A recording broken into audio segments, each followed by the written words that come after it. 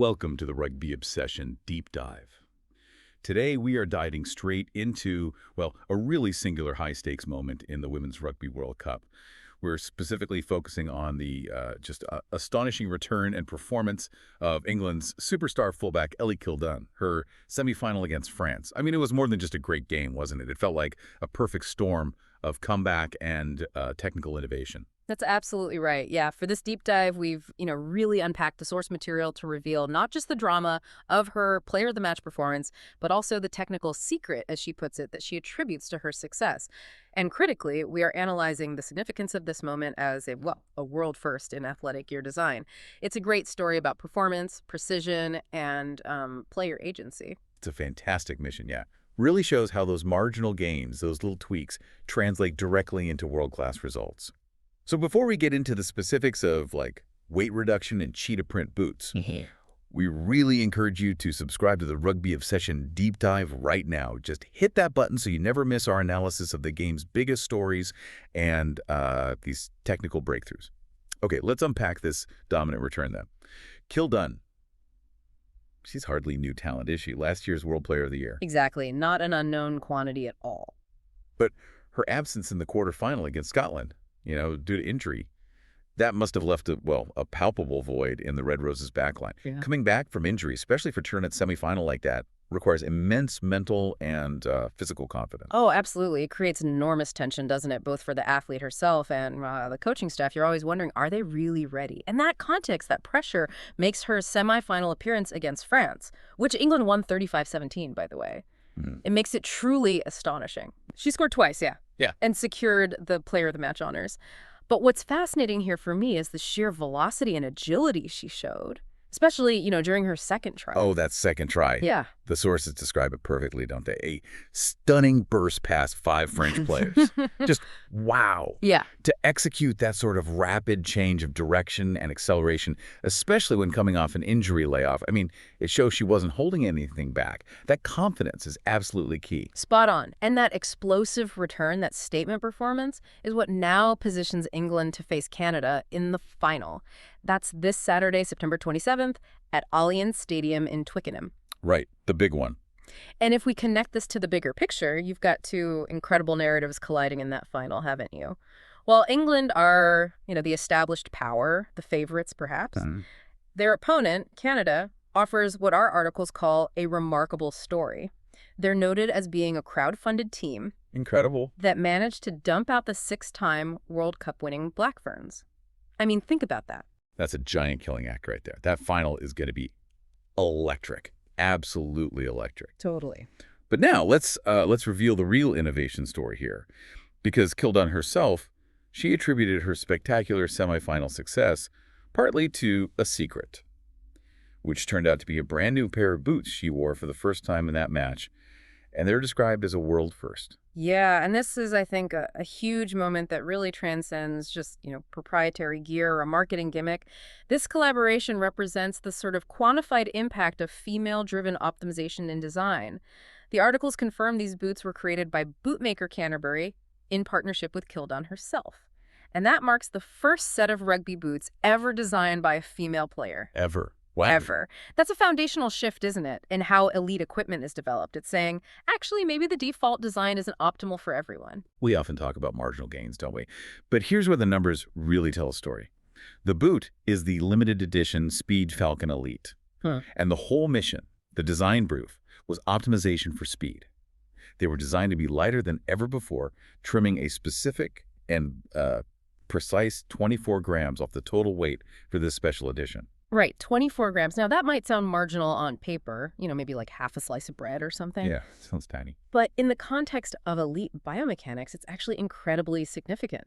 And forget the 24 grams for just a second. The real insight here, I think, is that this collaboration arguably highlights the failure, maybe, of traditional unisex or male-centric gear designed to fully support elite female performance at the absolute cutting edge. Ah, interesting point. So that 24 grams is...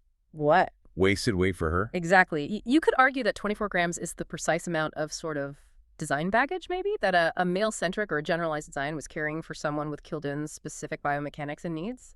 Okay, so talk us through that 24-gram reduction then and the technical elements. Hmm. Is that purely about like top-end speed in a straight line, or is it more complex when we look at her style of play, that agility? It's definitely more complex. It's about stability under dynamic load. That's the key. These boots are built specifically, as the sources say, for agile, quick players, which is exactly what we saw in that semifinal race. Yes, the evidence is right there. Right. So when Kildunne executes that rapid, devastating cut past those 5 French players, every excess gram, even a tiny amount, potentially creates unwanted momentum, or maybe a slight wobble, a micro instability. By trimming that weight, and crucially coupling it with a redesigned sole. The sole's different too. Yeah, redesigned for explosive energy response and lightweight stability, they ensured her foot stayed locked in place, maximizing directional change stability. That's the real key to her agility, I think. Not just raw speed, but controlled, stable agility. That makes perfect sense. It's about being able to trust the equipment completely, isn't it? During the most aggressive movements, those cuts and steps. Exactly. Total confidence in the connection between foot and ground. And beyond the weight and the sole, Mm. the design itself clearly communicates speed, doesn't it? Mm-hmm. They feature a distinct cheetah print design. I mean, if you want to feel fast, you wear cheetah print. Oh, well, there's definitely that psychological element too, yeah. And we know she felt the difference. If we synthesize her quote from the sources, she emphasized feeling both confident and proud, stating they are light, fast, and built for my style. That's pretty direct feedback. Built for my style. That says it all. And it's also incredibly notable, I think, that she expressed hope that both men and women will wear the design going forward. Oh, really? Yeah, suggesting that her female-driven optimization might just be superior, or at least highly effective across the board, perhaps, not just a women's boot. That hope really speaks volumes about the quality and the performance enhancements achieved here, doesn't it? However, for fans listening who might want to get their hands on this specific piece of rugby history, you probably need to be quick. Our notes confirm only 400 pairs of these limited edition boots will actually go on sale. Wow, only 400. That's seriously scarce. Yeah, reflects the specialized nature of the collaboration, I suppose. A real collector's item. And the likely demand for a shoe this specialized, this talked about. It highlights how hungry the market is, or could be, for gear that's genuinely tailored to elite needs. And those needs, those pressures, they're spiking across the globe, aren't they? Especially as the rest of the rugby world deals with its own intense schedule right now. That's a great transition, yeah. Because this story of micro-innovation, focusing right down on 24 grams in the Women's World Cup, it's happening amidst an intensely busy period in global rugby. It reflects that packed September 2025 news cycle we've been tracking in the source material. While all eyes are rightly on the Red Roses and this final, the sort of bigger institutional debates in rugby are still raging on. Exactly. We're talking about these tiny marginal gains in boots here, but globally, the source material shows the big institutional battles, the strategic arguments, they continue. We see discussions contrasting the strategic merits, sometimes framed as the pedigree of Northern Hemisphere rugby, primarily the Six Nations, versus the Southern Hemisphere's Rugby Championship. It's that constant high-level argument about which competition structure, which style of play best prepares teams for the ultimate prize, the World Cup. Never really goes away, does it? That North versus South debate. Never. Yeah. And while those debates rumble on, the actual fixtures keep coming thick and fast. Yeah. Our sources confirm there are major team news stories breaking right now, like for the All Blacks versus Wallabies, Bledisloe Cup showdown. Oh, yeah, the Bledisloe. Always huge. We see mentions of James O'Connor's promotion for the Wallabies, for example, and Scott Robertson explaining his specific captaincy decisions for the All Blacks, like why Artie Savea got the nod when apparently Scott Barrett was clearly not right. Those little snippets show the pressure cooker environment. Absolutely. Team selection, injuries, form. Yeah. It's relentless. And the intensity is just undeniable, isn't it? Whether it's the pressure of selection in those major fixtures or the ongoing discussions around the major professional leagues like the Premiership, the URC, Super Rugby, the sources collectively paint this picture of a sport operating at, well, pretty much maximum capacity right across the board. Yeah. And it provides quite a striking contrast, doesn't it? You've got this very specific, customized innovation focused on one player, one pair of boots in one major tournament, set against the backdrop of these relentless, broad political and structural conversations dominating the rest of the rugby calendar. It really does.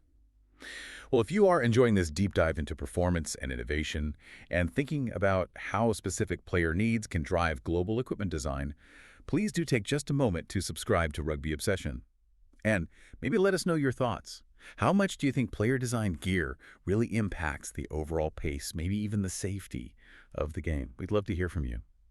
So wrapping things up a bit, what does this all mean for you, the listener, the learner? I think the key takeaway from Kildunne's spectacular return and this boot story is that immediate direct link between highly specialized athlete-driven gear and world-class results. When an athlete like her actually drives the design process, optimizing gear specifically for her unique needs, like shaving off that crucial 24 grams, the results aren't just theoretical, are they? They are immediately evident on the world stage, like literally in the form of a game-winning try in a World Cup semifinal. Yeah, absolutely. The proof is right there on the pitch. And what's fascinating here, I think, is the potential future implication for rugby at large.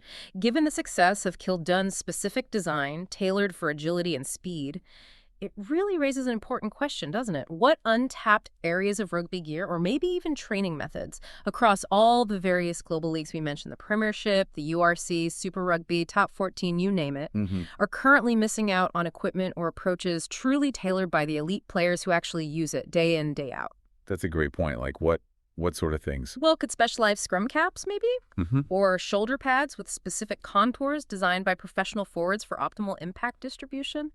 Or even specific training apparel, like compression gear designed by scrum halves for maximum range of motion. Could things like that unlock the next level of performance or even injury prevention across the sport? It makes you wonder, right? It really does. So maybe we should ask you, the listener, what do you think? Where else could player-led design make a real difference in rugby? We'd genuinely love to hear your opinions on this. That's a great thought to mull over, especially as we head into this massive final this weekend. The future of the game. Yeah. Maybe it really will be designed by the athletes themselves. Thank you again for listening, and please don't forget to subscribe to the Rugby Obsession Deep Dive for more analyses like this. Thank you for listening to the Rugby Obsession Deep Dive, and we'll look forward to you listening to our next episode.